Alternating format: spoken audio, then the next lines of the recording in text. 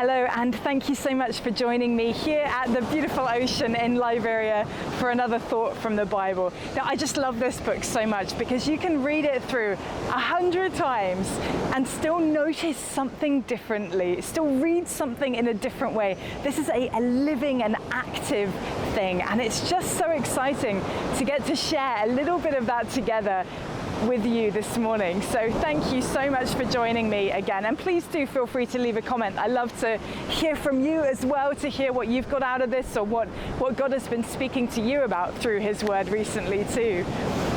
You know, sometimes I think that the songs that we sing can be a little bit dangerous, right? The worship songs we sing. I always remember that hymn that goes, I surrender all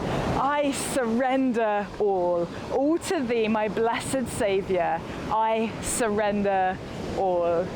Now, we've probably all either sung that song or sung something that's a little bit similar to those lyrics in our time. And I wonder sometimes if we're really, really conscious of what we're singing. Are we really able to surrender all to God, to surrender absolutely everything that's in our lives? Or are there some things that we might cling on to just a little bit more tightly? Like, yes, Lord, I surrender all. Well, you know, except maybe for that one possession that I really like, or that one relationship that I know maybe not be the most healthy, but you know, I want to cling on to that, or that money that I've saved up in the bank account because, you know, I really need that for a rainy day. Those are easy words to say and to sing, but they're harder when it comes down to the reality of what that actually means, surrendering all. In my reading about the history of Israel this year, I found myself in the book of 1 Samuel and a story about a woman called Hannah. For years and years and years of her life, this woman had desperately longed for a child, and her husband's other wife, who had plentiful children, would actually mock her for her lack of children until she was weeping in her despair. And one day Hannah finds herself in the tabernacle of the Lord, praying desperately to God in such anguish and such despair that the priest Eli looks at her and thinks she must be drunk. And she makes a vow that day that if God would give her a son, she would give him back to the Lord for all the days of his life. Well, time goes on and God answers Hannah's heartfelt plea, and she gives birth to a son and names him Samuel.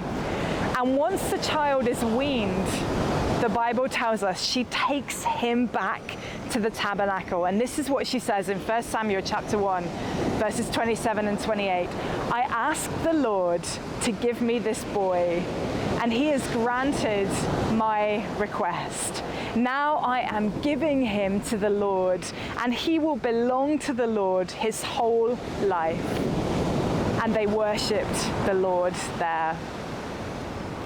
Now, we don't know exactly how old the young Samuel would have been at this point, possibly between 3 to 5 years old, if this had been after the weaning process. Some people guess that he might have been as old as 12 years because the weaning process would have taken longer in those days. However old he was, we know that Hannah had had time with this child. She had had time to hear his first words. She'd had time to see his first tottering steps, to hold his hand as he stumbled forward. She'd had time to see him grow into a little human with his own personality and character. And now suddenly this child that she had longed for and prayed for and so desperately desired, this one thing that she had wanted above all other things, had to go back to the tabernacle. But did he? You know, Hannah had made a vow, but can you imagine the conversations that would have gone on in her mind? Like, I'm sure God would forgive me if I kept this child. He understands, right? You know, it took a miracle, an absolute miracle, for me to even have one child. There is absolutely no guarantee that I will ever have another. Can I really give him away? My one chance at having a child? Is it even good for him? Yes, he'll be at the tabernacle, but he'll be there with an elderly guardian and his corrupt kids. Surely God wouldn't really want him there, would he? You can kind of picture it, right? The thoughts, the conversations, the words that she might have spoken in her desperation. And yet, she does surrender all. She does surrender that one thing that she so desperately desired back to God. And the start of 1 Samuel chapter 2 is absolutely incredible. I encourage you to go and read it, because it just starts with this wonderful song of praise and worship from Hannah. And she starts by saying, "My heart rejoices in the Lord." That's kind of not the reaction that we would expect, right? After she had just surrendered the one thing that she had most desired in the whole world, her heart rejoices in the Lord. And God goes on to bless her greatly with other children. Not that she ever forgets Samuel. In fact, there's a beautiful line that tells us that every year when the family returned to the tabernacle to offer their sacrifices, she would bring a little coat that she had made for Samuel. And Samuel himself, the Bible tells us, grew up in the presence of the Lord. And if you know anything about the story of Samuel in the Bible, you'll know that he goes on to lead an incredible life, leading the people of Israel closer to their God. He goes on to anoint not just one, but two future kings of Israel. This man had an important part to play. God blessed him too. God had a role for him. And it was important for that role that he grew up in the presence of the Lord. See, in the end, Hannah's sacrifice did bring her joy and blessing, but it was no easy thing that she had to do. It was no easy thing that she had to surrender.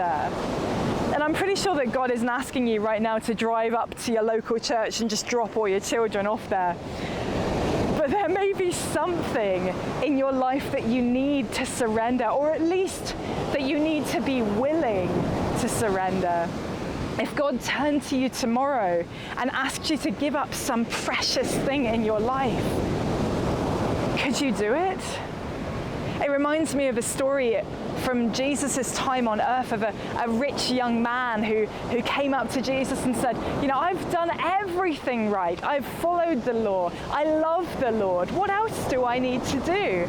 And Jesus looked at him with love and said, you need to sell everything you have and give that money to the poor. And the man walked away sad because he was wealthy and he didn't want to give up that wealth. It's not easy sometimes to surrender what God is asking us to surrender. And he may not be asking you to do that today. He may not be saying, sell everything you have.